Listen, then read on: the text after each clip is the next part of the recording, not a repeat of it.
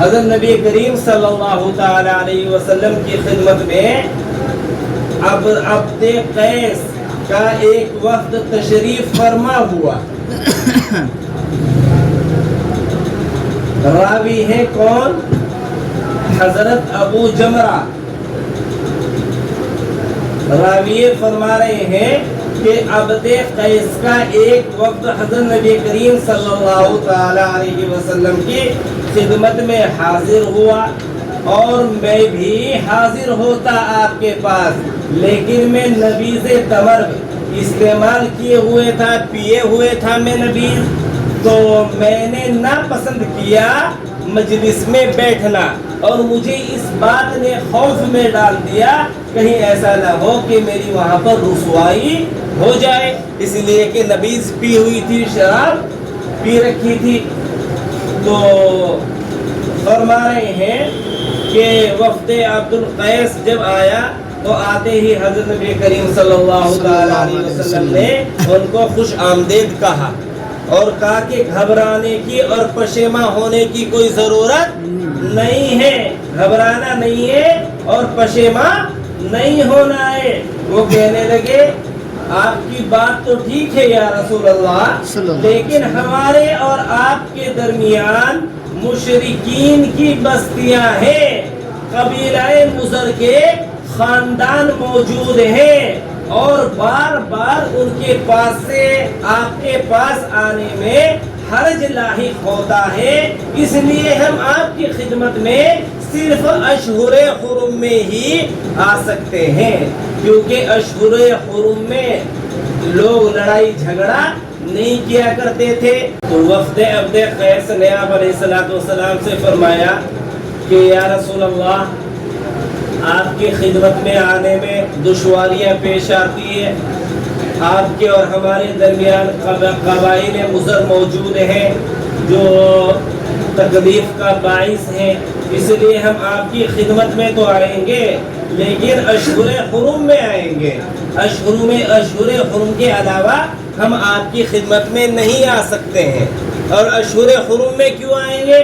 اشہر حرم میں اس لیے آئیں گے کہ عرب لوگ اشہر حرم کی تعظیم کیا کرتے تھے، ان مہینوں میں کسی کو تکالیف اور پریشانی میں مبتلا نہیں کرتے تھے، آپس میں جھگڑا فساد نہیں کرتے تھے.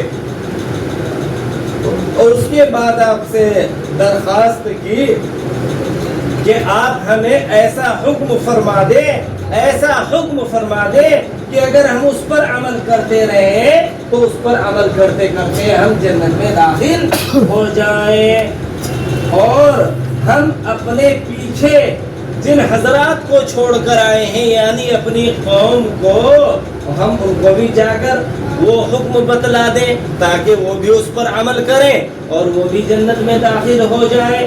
تو آپ علیہ الصلوۃ والسلام نے فرمایا کہ میں تم کو 4 چیزوں کا تو حکم کرتا ہوں، کبھی اپنی زندگی سے ان 4 چیزوں کو ضائع مت کرنا، اور 4 چیزوں سے تم کو روکتا ہوں، ان 4 چیزوں کو اپنی زندگی میں کبھی مت لانا، بلکہ ان 4 سے پرہیز اور اجتناب کرنا. 4 چیزیں جن کو کرنا ہے وہ کیا کیا ہے؟ الایمان باللہ، کہ اللہ پر ایمان رکھنا، اللہ کا یقین رکھنا، اللہ کا اعتقاد رکھنا، اللہ کا اعتقاد رکھنا. وَهَلْ تَدْرُونَ مَا الْإِيمَانُ بِاللَّهِ، تو پھر آپ علیہ الصلوۃ والسلام نے فرمایا کہ اے وفد عبد قیس، آپ جانتے ہیں کہ ایمان باللہ کیا ہے؟ میں نے تو بتلا دیا کہ الایمان باللہ، اللہ پر یقین رکھنا. آپ جانتے ہیں کہ اللہ پر یقین رکھنا، اللہ پر ایمان رکھنا، اللہ پر اعتقاد رکھنا، اس کا کیا مطلب ہے آپ جانتے ہیں کیا ہے؟ تو آپ علیہ الصلوۃ والسلام نے فرمایا شہادت اللہ الہ الا اللہ. ایمان باللہ کس کو کہتے ہیں؟ کہ اللہ کے ایک ہونے کی گواہی دینا، اللہ کی وحدانیت کا قائل ہونا. وہ اقام الصلاۃ، نماز پڑھنا، اوقات مقررہ پر نماز پڑھنا،